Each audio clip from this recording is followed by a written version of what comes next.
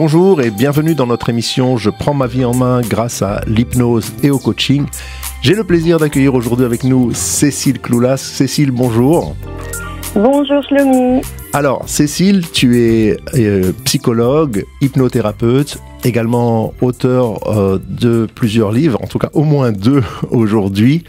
Et je vais te demander de te présenter. On va parler aujourd'hui d'une émission qui est très très inspirante parce que ça va parler de l'handicap lourd de personnes qui ont soit sont nées handicapées, soit qui ont été accidentées et qui ont subi des pertes corporelles et comment elles s'en sortent dans leur vie de tous les jours. Et c'est quelque chose de très très inspirant pour tous ceux qui ont des petits bobos, je dirais. Et on va parler de ce livre que tu as écrit. Je te propose d'abord de nous donner un peu ton parcours, ce que tu as fait jusqu'à maintenant, et on va entamer l'émission tout de suite. Oui, alors moi je suis psychologue hypnothérapeute. En fait, j'ai créé un institut d'études il y a 20 ans qui analyse le comportement, les mécanismes psychologiques en jeu dans notre comportement. Et donc par la psychologie et l'hypnose, je suis venue à rencontrer des personnes. Donc mon précédent livre était sur les parcours de vie après une expérience de mort imminente. Donc on était sur un domaine qui lie aussi la psychologie et la spiritualité, puisque c'était des personnes qui étaient cartésiennes, qui n'avaient pas forcément de croyances préalables, et qui, après cette expérience-là, ont complètement changé de vie. Et donc là, pour ce livre-là, j'ai interrogé des personnes, comme tu le disais, qui après un accident de maladie ou de naissance, étaient privés d'une fonctionnalité corporelle. Donc moi, mon métier, c'est vraiment ce contact-là avec les personnes, que ce soit par l'hypnose, dans mes séances, par mes patients ou par mon institut et par les livres. Très bien. Alors maintenant qu'on a donné ton parcours extraordinaire, je voudrais parler de ton livre. C'est le but de l'émission, de le livre donc Au-delà du corps. Donc Au-delà du corps et fort de leurs handicaps, qui est un livre qui va nous permettre de voir comment est-ce que on peut, lorsque l'on a subi un handicap très très lourd, un accident, et on va rentrer dans les détails, tu vas en parler, c'est comment est-ce que le handicap peut être en fait un amplificateur de bonheur, pour citer une des personnes qui parlait de ça, et puis que ça peut être une délivrance pour les gens, un outil de développement personnel extraordinaire. Quelle a été ton approche par rapport à ça, et comment est-ce que tu en es venu? Qu'est-ce que tu peux nous dire sur ça déjà au départ? Pour moi, ce qui était important, c'était de savoir ce qui prenait place au-delà du corps, quand on était privé comme ça d'une fonctionnalité corporelle, mais aussi par rapport à la différence que nous rencontrons tous. Nous avons tous l'impression d'être différents dans certaines situations, et puis nous avons tous à affronter le regard des autres. Donc comme tu le dis, c'est un livre de développement personnel.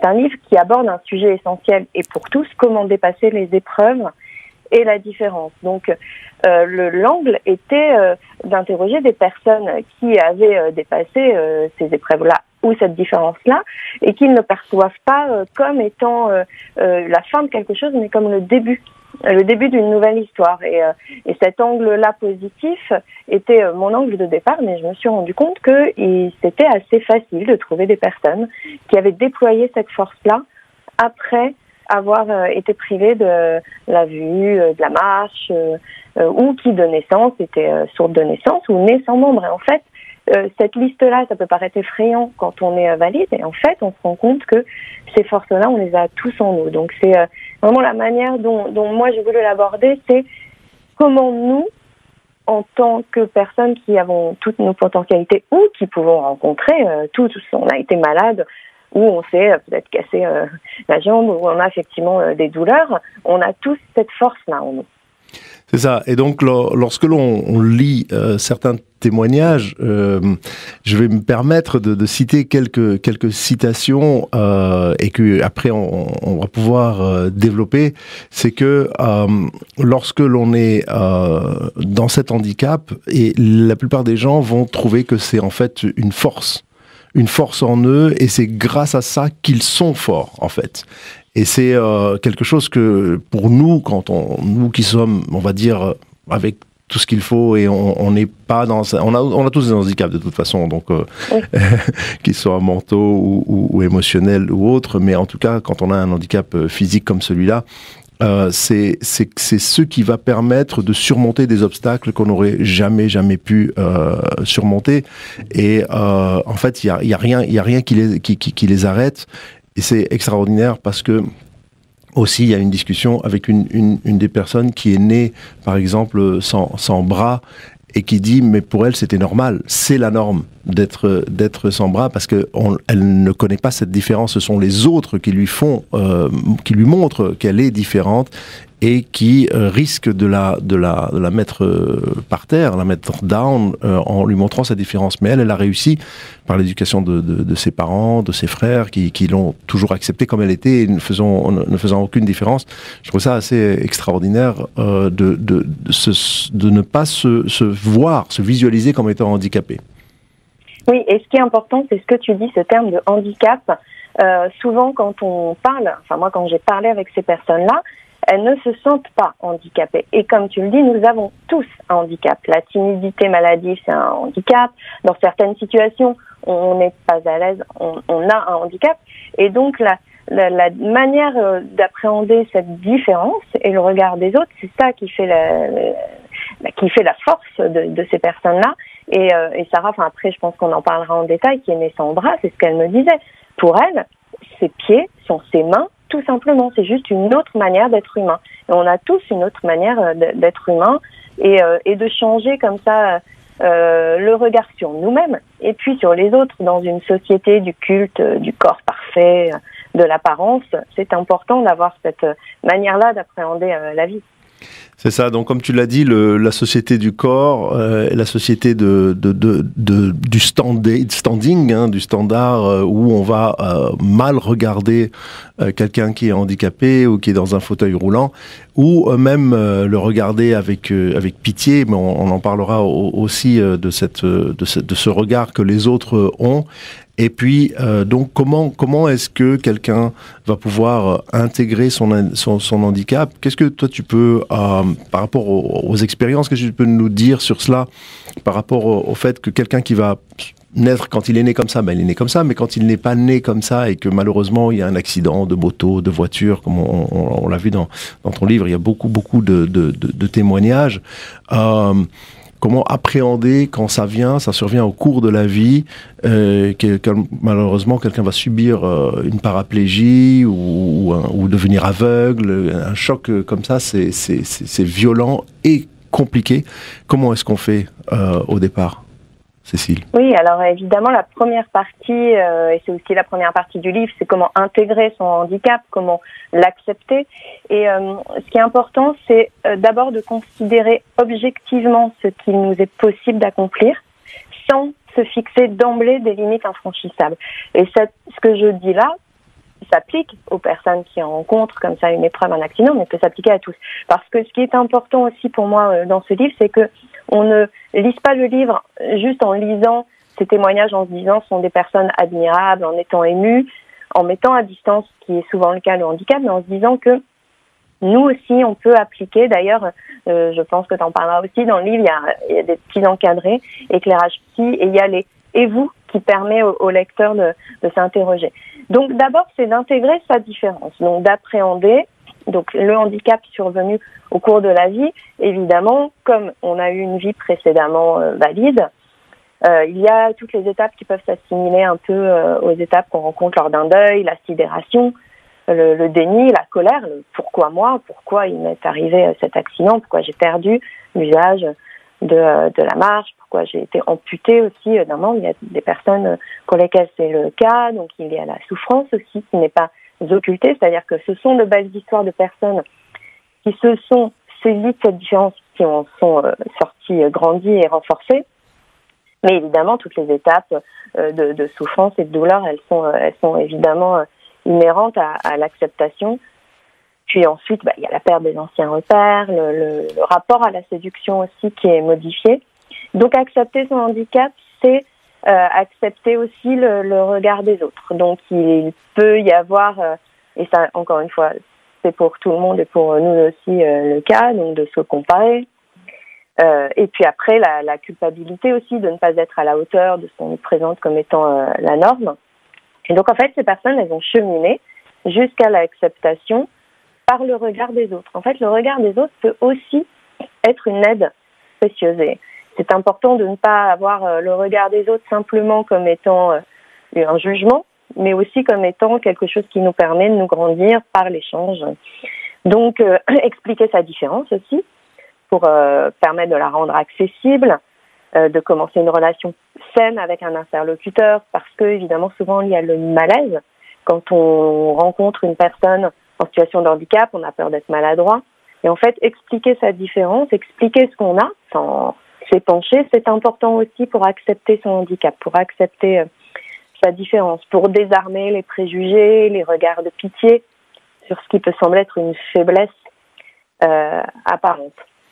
Quand le regard des autres n'est pas bienveillant, comment on fait ?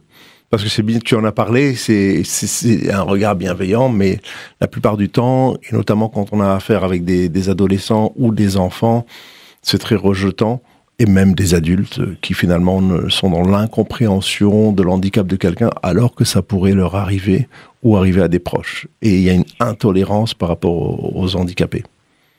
Oui, alors le regard des autres, souvent, c'est de la gêne au départ. Après, la méchanceté pure, ça peut exister, mais souvent, c'est un petit peu cette ironie-là ou la moquerie. Alors, souvent, dans les exemples, il y a aussi les parents dont les jeunes enfants vont regarder la personne qui lui manque un manque, par exemple.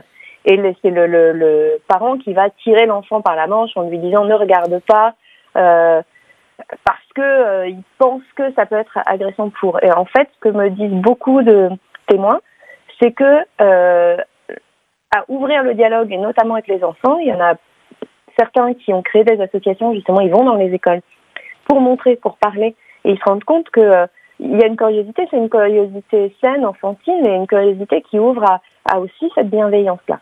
Donc, que faire quand il y a des exemples dans le livre de personnes qui étaient amputées, on dit ne regarde pas, c'est un monstre, etc. Donc évidemment que c'est agressant. Mais ce que dit Sarah, donc, qui est née sans bras, c'est que ce sont des personnes qui ne sont pas en vie, en fait, ce sont des personnes qui sont malheureuses, qui elles-mêmes ont des failles. Et donc, passer au-dessus, ça veut aussi dire ça ne m'atteint pas parce que ce sont ces personnes-là qui sont handicapées. Il y a une phrase dans le livre, voilà, le vrai handicapé n'est pas celui qu'on croit, c'est celui qui a cette réaction-là de méchanceté, de jugement, d'ironie, qui est handicapé.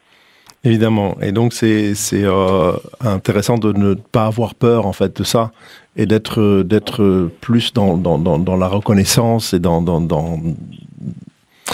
le respect de ce que l'autre est. Ça, c'est par rapport au regard des autres, mais quel regard, pour toi, la personne qui a subi ce handicap, qui est dans cet accident, comment est-ce que lui se voit par rapport aux autres quand tu as écrit ce livre et tu as vu qu'est-ce que ça veut dire de l'autre côté de la barrière?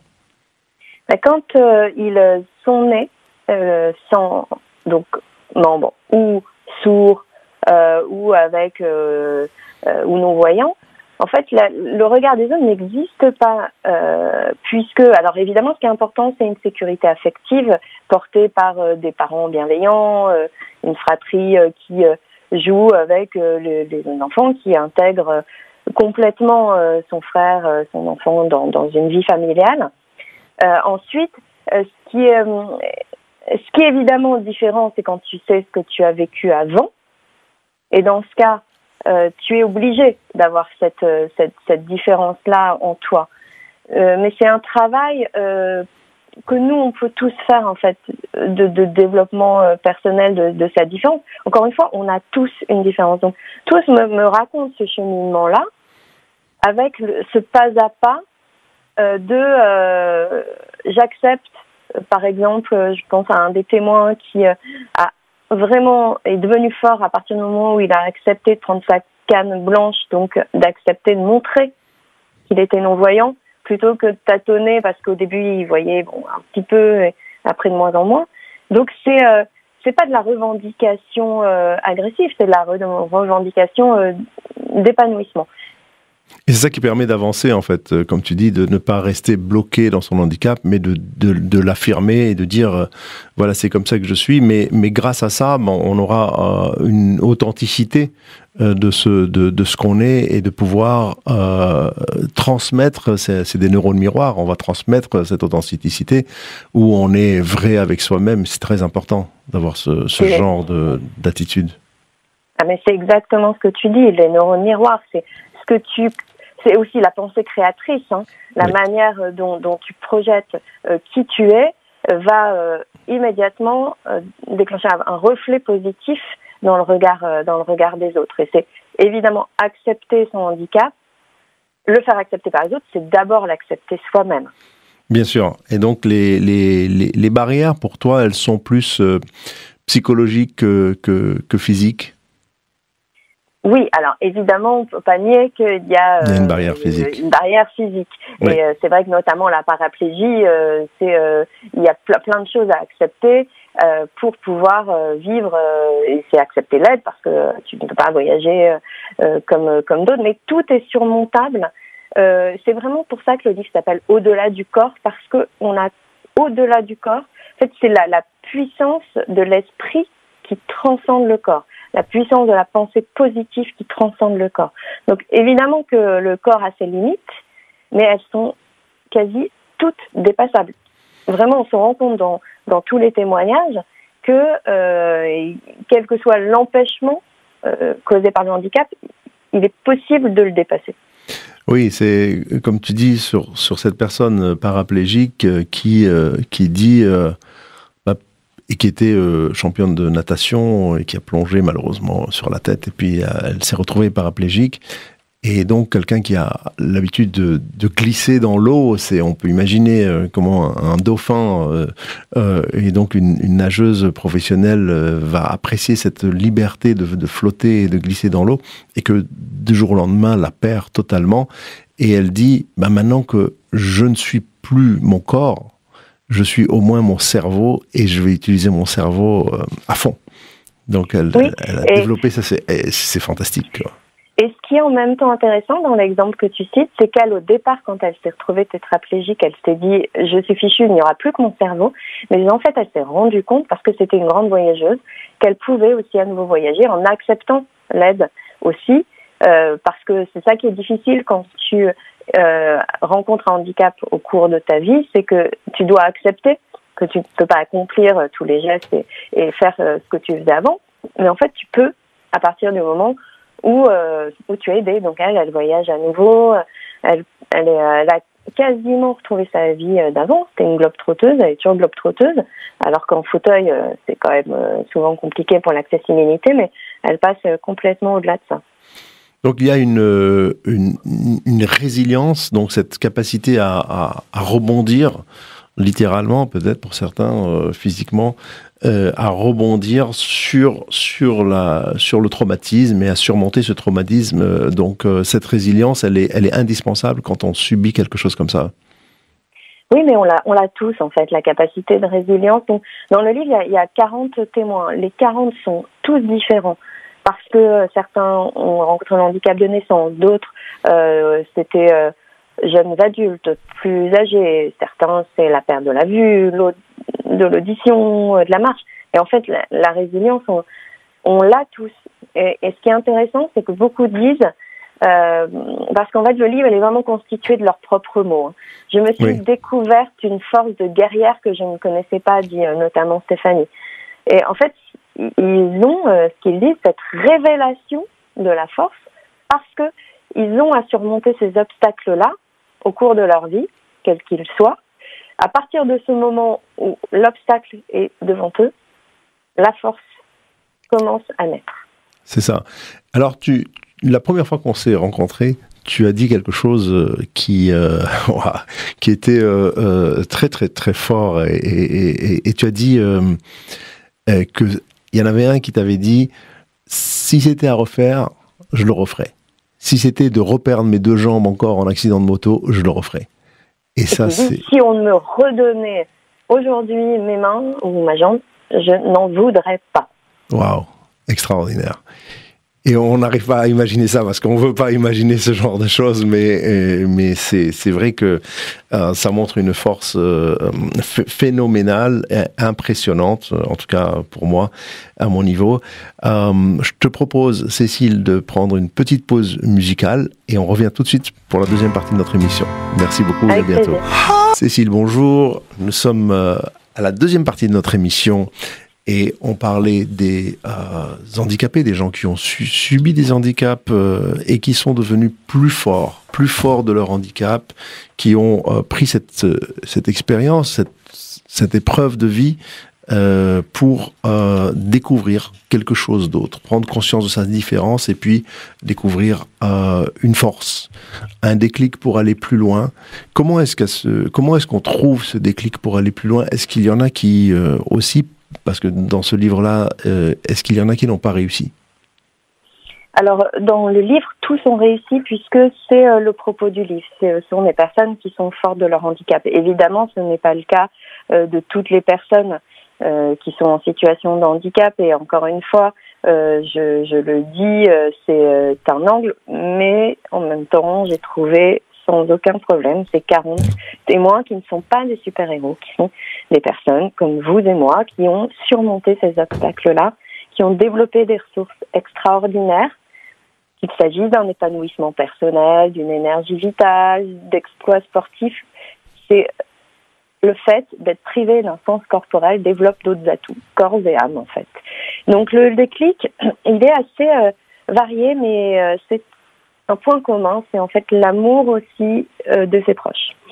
Donc au départ, il y a la combativité par le souhait de vouloir prouver que la vie ne s'arrête pas là, se fixer des objectifs, donc c'est un moteur intérieur, se projeter même pas à pas, même dans des petites victoires. Il y a notamment Stéphanie qui, elle, a été amputée à 40 ans de ses mains et de ses jambes après une erreur médicale, en plus une septicémie causée par l'hôpital. Donc elle avait à surmonter cette colère et le pourquoi moi. Et elle a commencé par se fixer des petits objectifs. D'abord, je vais réussir à m'asseoir dans mon lit. Ensuite, je vais me mettre debout. Et comme ça, par ces petits défis du quotidien, elle a réussi à aller plus loin. Et puis, bon, il y avait évidemment l'amour de ses enfants, vouloir voir le sourire à nouveau dans les yeux de ses enfants, dans les regards de ses parents. Il y a notamment Boris qui, lui, a toujours une petite fille et à l'époque, elle avait 2 ans et demi. Et il a été amputé après un accident de moto. Il a perdu un pied et il voulait pouvoir porter à nouveau sa petite fille sur ses épaules, pouvoir aller lui montrer les vitrines de Noël. Son accident, il l'a eu au mois d'août. Et il s'est dit, je veux qu'en décembre, je puisse à nouveau être debout, marcher. Et aujourd'hui, il est champion de triathlon. Donc, non seulement il a réussi à porter sa petite fille sur ses épaules, mais en plus, il a dépassé complètement son corps par des exploits sportifs. Donc, ce sont des déclics vraiment intérieurs et qui sont, c'est pas forcément un énorme déclic, une révélation, ça va être petit à petit. Mais c'est cette force intérieure qui est en soi, qui est dans le potentiel, un peu comme une graine d'un arbre qui, dans cette petite graine, il y a en fait des milliers et des milliers d'autres arbres et des milliers de fruits qui sont là en potentiel à pousser. Et on a tous ces graines en nous. Et puis, il a fallu que ces épreuves-là, peut-être qu'elles ne viennent que pour ça, finalement. Oui, c'est exactement ça. C'est plein de petites graines. C'est le fluide de l'énergie qui va être apporté par une parole, par un geste, par un regard. Et souvent, le corps médical joue un rôle, et en centre de rééducation notamment, ça va être une phrase d'une amie. Par exemple, je pense à un des témoins qui me dit, c'est le jour où mon ami m'a dit que tu vas être un bon petit soldat, tu vas te battre. En fait, ce sont des paroles positives. Évidemment, le bon courage qu'on dit quand on rencontre une personne n'est pas forcément suffisant parce que ça rabaisse, ça peut donner un peu cette impression de pitié ou de compassion, c'est donner de la force par ces paroles-là. Et encore une fois, moi, dans le livre, dans les « et vous », ce qui est important, c'est de se rendre compte que nous, quelle que soit notre situation, qu'on soit en pleine santé ou qu'on soit parfois un petit peu à plat ou qu'on ait une maladie, c'est d'accepter de croire en soi, de croire en ses capacités, de se rendre compte aussi de ce qu'on a en plus et non en moins, parce que pour moi, ce qui est important, encore une fois, c'est bien que le terme handicap puisse faire peur, c'est de se rendre compte que ces personnes-là, elles ont quelque chose en plus. Elles ont une originalité. Nous, on a tous notre originalité qu'on peut revendiquer comme étant notre force. Donc ces déclics-là, c'est à partir du moment où on regarde ce qu'on a en plus. Et même si, au départ, ça peut paraître comme étant des faiblesses, des défauts, des complexes, c'est quelque chose qu'on a en plus. C'est ça, et c'est comme ça qu'il faut le voir de toute façon pour pouvoir avoir la bonne parole, le bon mot à donner à la personne que l'on rencontre et qui n'est pas encore sortie de cela, et qui ne s'est pas encore rencontrée finalement elle-même, puisque n'a pas su encore trouver cette force en elle, parce qu'au départ, je pense que ça prend quand même pas mal de temps pour se relever de ce choc. Et ça, il y a une période de déni, il y a une période de rébellion, et puis après, il y a une période où on va plus remonter à la surface. Donc c'est important d'avoir ses proches, ses amis qui sont dans l'encouragement et dans les mots qu'il faut pour pouvoir permettre à la personne de sortir encore plus et de s'en tirer, quoi. Oui, dans la bienveillance, dans des paroles qui sont positives, et ça produit une vraie synergie, que ce soit d'ailleurs l'ensemble, l'amour des proches, les soins du corps médical, l'attention des amis, ça produit une alchimie puissante pour se relever et pour se battre. Évidemment, ça prend du temps quand le handicap survient au cours de la vie, mais ce qui est intéressant, et c'est ce qu'on disait tout à l'heure, c'est de se rendre compte que quand on est né sans l'une de ces potentialités corporelles, il n'y a pas à déployer toute cette force-là, à avoir ces déclics, parce que c'est intégré à partir du moment où justement il y a cet amour, cet univers familial qui porte ce regard, et aussi cette liberté donnée à l'enfant en situation de handicap. C'est important de laisser aussi l'enfant être qui il est, et puis c'est ce qu'on disait aussi tout à l'heure, être authentique, être vrai par rapport à ses atouts et à ses faiblesses. Ne pas voir que ses atouts, ne pas voir que ses faiblesses, les prendre comme étant un tout, comme étant notre personnalité, notre être, pour pouvoir devenir fort de son handicap, devenir fort de sa différence. C'est ça, et puis en plus de ça, pouvoir se découvrir d'autres dons ou talents qu'on n'aurait jamais exploité en fait grâce à ça, parce qu'on va avoir une autre sorte d'énergie qui va aller vers d'autres domaines. Je pense que si j'ai bien compris, c'est ce qui s'est passé pour beaucoup de gens qui n'étaient pas enclins à aller vers, je ne sais pas moi, de l'art ou du sport, et puis qui finalement se sont retrouvés des champions. Oui, alors ce qui est intéressant dans ces parcours-là, dans ces 40 parcours, c'est ce que tu dis, la découverte de nouvelles capacités sensorielles. En fait, le corps s'adapte de manière incroyable, contourne, et notamment l'un des témoins qui a perdu la vue et qui s'est rendu compte que maintenant elle arrivait à ressentir, c'est le sens des masses, ça s'appelle, à ressentir les objets sans les voir, à savoir se saisir d'un verre, de verser de l'eau alors qu'elle ne voit pas la manière dont ça coule, même à imaginer les couleurs, et que ce soit pour la perte de la vue ou la perte de l'audition, des personnes sourdes qui ressentent le vent, qui ressentent la direction. Il y a notamment un jeune homme qui est né sourd, qui lui est champion de planche à voile, et dans des compétitions de valide, il va plus vite que les autres parce qu'il sent le sens du vent que des personnes entendantes ne remarquent pas. Et c'est pareil par toutes les autres facultés corporelles. En fait, on peut réussir à mouvoir son corps autrement. Après un accident, après une maladie, le réinvestir. L'eau aussi, le pouvoir de l'eau est important. On en parlait tout à l'heure, qui agit comme une robe, de pouvoir aussi avoir cette manière d'avoir le corps en apesanteur dans l'eau. Et puis il y a tous les défis qu'on peut se lancer pour libérer son corps. C'est ça, donc il y a une extra-sensorialité qui fait un peu comme un médium qui va ressentir certaines énergies et qui va pouvoir ressentir l'objet qui est là, mais l'énergie de l'objet plutôt que l'objet lui-même.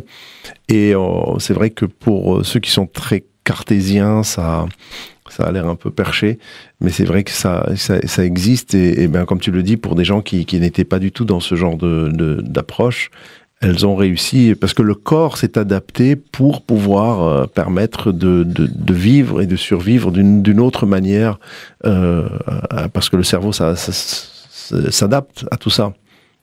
Oui, le corps s'est adapté par la puissance de l'esprit, et puis même sans être perché, justement, comme tu dis, on sait très bien que la pensée est créatrice, que quand on veut quelque chose, le fait déjà de projeter une énergie de la volonté va créer quelque chose, va nous donner cette motivation. Bon, on le sait évidemment par l'hypnose, la visualisation positive est extrêmement puissante. En tant que thérapeute, je pense qu'on peut en témoigner par des dizaines et des dizaines d'exemples. Mais là, avec ces personnes-là qui se sont retrouvées privées de cette fonctionnalité corporelle, l'évasion, elle est intérieure, mais elle est aussi extérieure. C'est-à-dire que ce n'est pas la fin de quelque chose. Et vraiment, j'ai l'un des témoins qui m'a dit, c'est le début d'une nouvelle histoire qui peut être belle. Donc, se projeter en se disant, c'est mon autre partie de vie qui peut être belle. Déjà, ça va ouvrir énormément de chemins pour se révéler plus fort de sa différence. C'est ça, en fait, comme tu le dis dans le livre, c'est réinvestir son corps, se le réapproprier pour découvrir un nouveau corps, en fait. Oui, découvrir un nouveau corps, ne pas regarder ce qu'on a perdu, mais regarder ce qui nous reste, regarder ce qu'on peut découvrir, parce que le handicap, et ça c'est essentiel de le dire, n'est pas une anormalité. C'est une des multiples façons d'être humain. C'est une autre façon d'être humain. Et c'est ce que dit Sarah, donc qui aimait Sandra. Moi, c'est une autre manière d'être humain. C'est un non-sujet. On a tous notre manière d'être humain, en fait. Et un accident, une maladie peuvent agir comme des révélateurs d'incroyables ressources physiques et psychologiques. C'est ça. Donc, lorsque certaines personnes qui ont des sondes ou ont des appareils et des prothèses qui sont pas faciles à gérer au jour le jour, comme pour uriner, c'est pas évident de se réapproprier ce corps, et malgré tout, ils réussissent avec beaucoup de force intérieure finalement. Oui, bien sûr que c'est au départ compliqué, parce que on sait ce que c'était de pouvoir se mouvoir, de pouvoir accomplir les gestes du quotidien sans tous ces appareillages. Mais en fait, l'évasion, elle est ailleurs. En fait, le champ de l'esprit, les potentialités de l'esprit sont illimitées. Donc, à partir de ce moment-là, j'ai envie de quelque chose, je désire quelque chose, je rêve quelque chose, c'est ce qu'ils ont fait. J'y arrive et j'y arriverai. Donc, certains sont allés jusqu'aux Jeux paralympiques, d'autres courent des courses avec des valides. Je pense notamment à Johan qui, lui, maintenant fait des courses de Spartan Race, c'est-à-dire sont des courses à pied avec des courses d'obstacles avec des valides, alors qu'il lui manque une jambe. Parce que il a eu envie de prouver que son corps était capable de le faire aussi. Et tu cites également Éric Martin qui dit « Je ne voulais pas que mon handicap dicte ma vie, je voulais être maître ». Et donc il a tout fait comme s'il n'avait pas d'handicap. Et il s'est libéré complètement de tout ça pour se débrouiller totalement et faire tout ce qu'il faut faire, que ce soit cuisiner, tondre la pelouse, etc., conduire. Et ça n'a jamais été ce n'est pas ça qui a dicté sa vie finalement. Et c'est ça la vraie liberté, la vraie libération. Oui, totalement. cette phrase qui a été citée par l'un des témoins que je trouve très juste et que on peut tous s'approprier, c'est « Je ne suis pas ce qui m'est arrivé, je suis ce que je décide d'en faire ». Ça, on peut tous l'avoir en tête, cette phrase. Quelles que soient les épreuves que vous rencontrez, c'est vrai, vous avez la possibilité de décider d'en faire autre chose.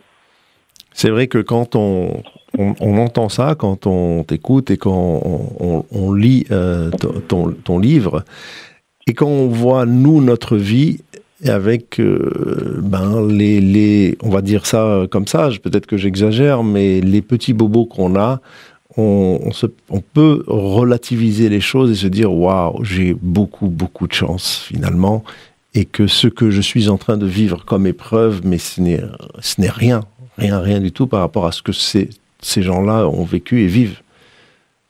Oui, après, ce qui est important, c'est de ne pas lire seulement les témoignages en se disant « Oh, les pauvres, moi j'ai de la chance », mais de se dire « Moi j'ai aussi la chance », parce que ce terme de chance, il est employé par les témoins et ça peut sembler totalement incroyable quand on est valide, c'est qu'ils disent « C'est une chance ce qui m'est arrivé ». Donc se dire, ils disent que c'est une chance parce que ils disent, et notamment il y a un des témoins Yves qui m'a dit, sans ce handicap, je serais passé à côté de tout ce qui est important dans la vie.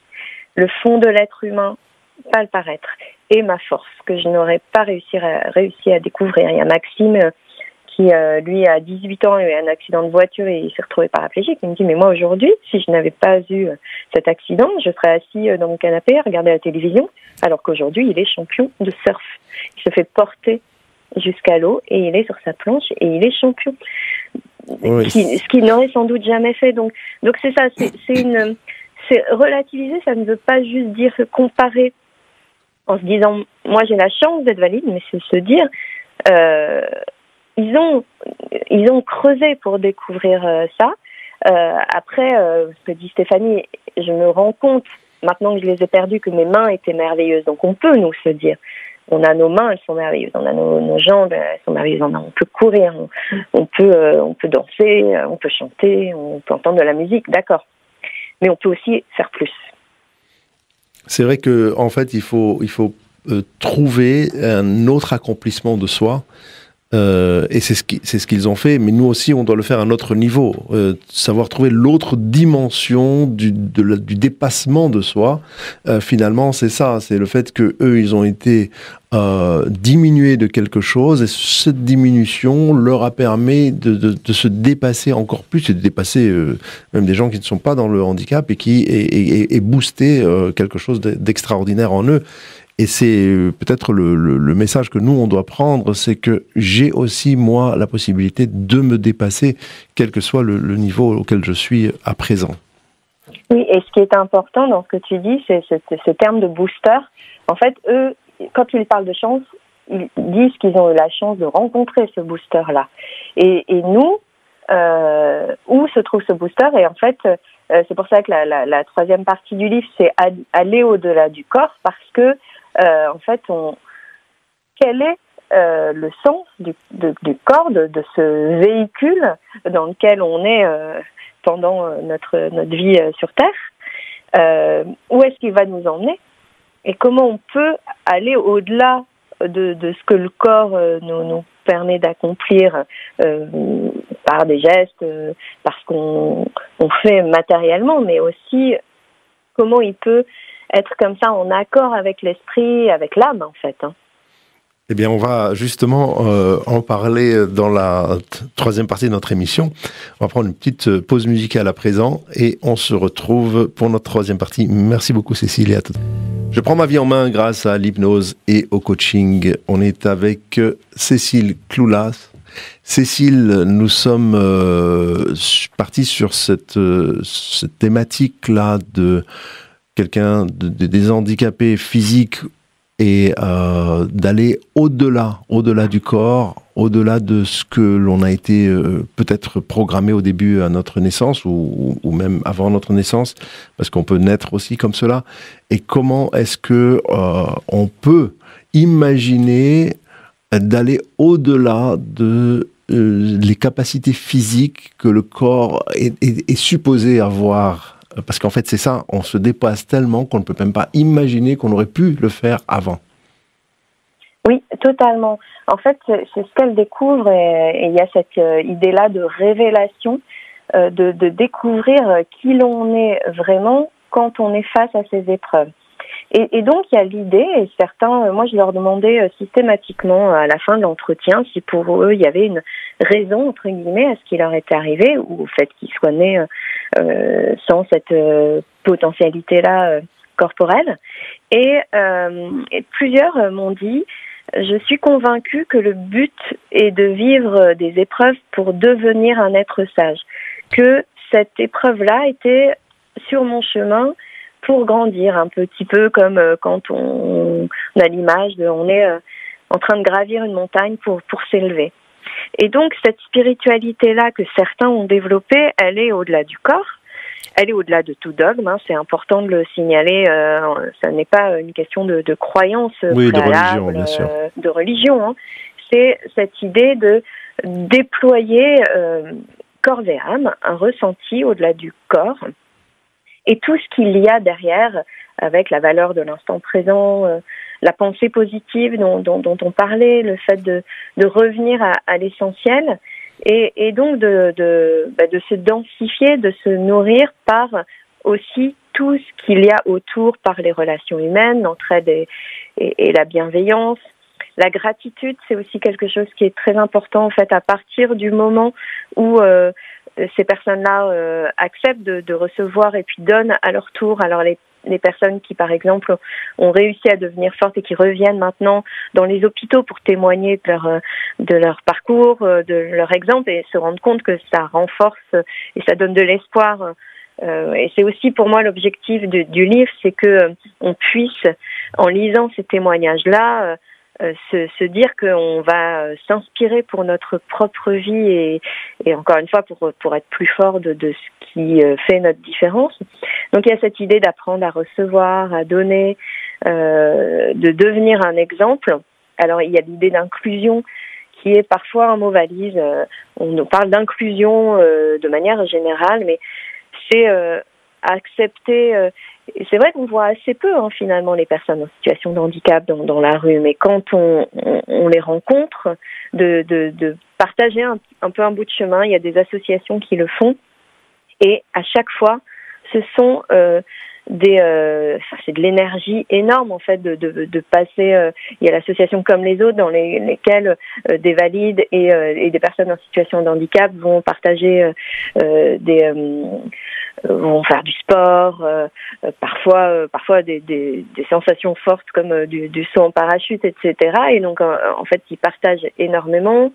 Il y a aussi des binômes avec des personnes non-voyantes à chaque fois et une personne voyante, et ils vont faire le chemin de Compostelle, c'est le cas d'un des témoins, et donc en fait la personne voyante va décrire aux non-voyants tout ce qu'il y a autour, et le non-voyant lui va décrire sa sensation, donc c'est très enrichissant en fait, cette entraide-là, cette richesse de l'associatif, du monde associatif, ce lien entre le monde de handicap et le monde des valides.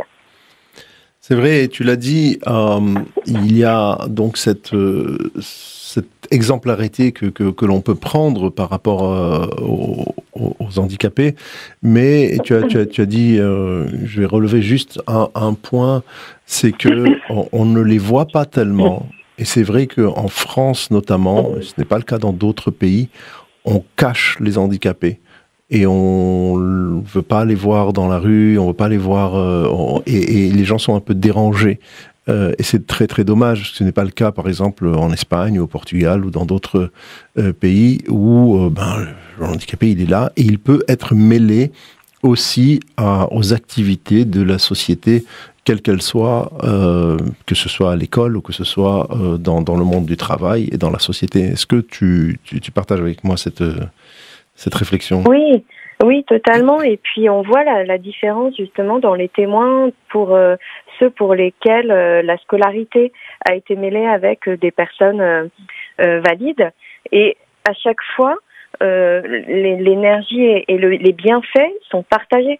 ce n'est pas juste se dire on accepte par gentillesse de prendre dans la classe une personne sourde ou une personne en fauteuil, mais c'est que ça va apporter énormément au groupe, à tout le monde autour en fait. C'est vraiment l'idée de rencontrer de belles personnes, d'aller au-delà de l'apparence, dans cette idée de sincérité, d'authenticité, de rencontre avec les personnes ressources qui peuvent.